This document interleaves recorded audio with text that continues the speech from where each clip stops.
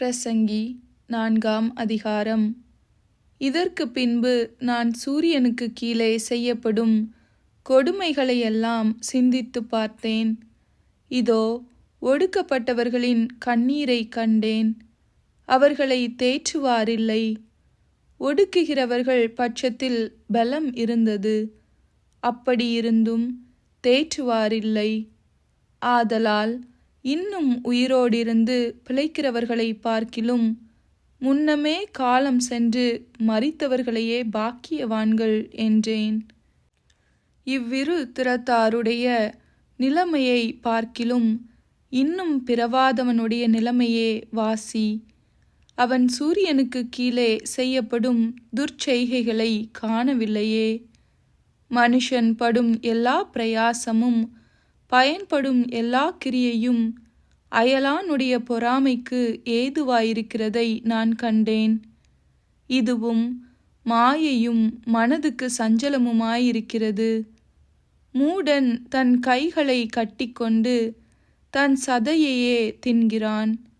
வருத்தத்தோடும் மனசஞ்சலத்தோடும் 2 கைப்பிடியும் நிறைய கொண்டிருப்பதை பார்க்கிலும் அமைச்சலோடு 1 கைப்பிடி நிறைய கொண்டிருப்பதே நலம். பின்பு நான் திரும்பிக் கொண்டு சூரியனுக்கு கீழே மாயையான வேறொரு காரியத்தை கண்டேன். ஒருவன் ஒண்டிக்காரனாயிருக்கிறான். அவனுக்கு உடனாளியும் இல்லை. அவனுக்கு பிள்ளையும் சகோதரனும் இல்லை. அப்படியிருந்தும் அவன் படும் பிரயாசத்துக்கு முடிவில்லை. அவன் கண் ஐஸ்வர்யத்தால் திருப்தியாகிறதும் இல்லை. நான் ஒரு நன்மையையும் அனுபவியாமல் யாருக்காக பிரயாசப்படுகிறேன் என்று அவன் சிந்திக்கிறதும் இல்லை. இதுவும் மாயை, தீராத தொல்லை. ஒண்டியாயிருப்பதிலும் 2 கூடியிருப்பது நலம். அவர்களுடைய பிரயாசத்தினால் அவர்களுக்கு நல்ல பலனுண்டாகும். ஒருவன் விழுந்தால் அவன் உடனாளி அவனை தூக்கி விடுவான். ஒண்டியாயிருந்து விழுகிறவனுக்கு ஐயோ, அவனை தூக்கிவிட துணையில்லையே. 2 பேராய் படுத்து கொண்டிருந்தால் அவர்களுக்கு சூடுண்டாகும். ஒண்டியாயிருப்பவனுக்கு சூடுண்டாவது எப்படி?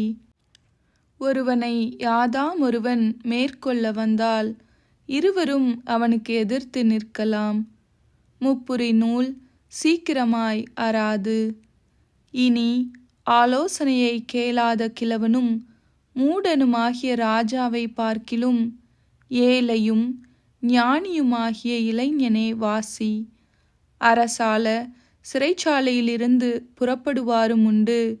ராஜாங்கத்தில் பிறந்து ஏழையாவாரும் உண்டு. சூரியனுக்கு கீழே ஜீவனுள்ளோர் யாவரும் ராஜாவின் பட்டத்திற்கு வரப்போகிற பிள்ளையின் பட்சத்தில் சார்ந்திருப்பதை கண்டேன். அவர்களுக்கு முன் அப்படி செய்த ஜனங்களின் இலக்கத்திற்கு முடிவில்லை.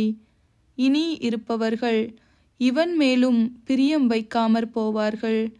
இதுவும் மாயையும் மனதுக்கு சஞ்சலமுமாயிருக்கிறது.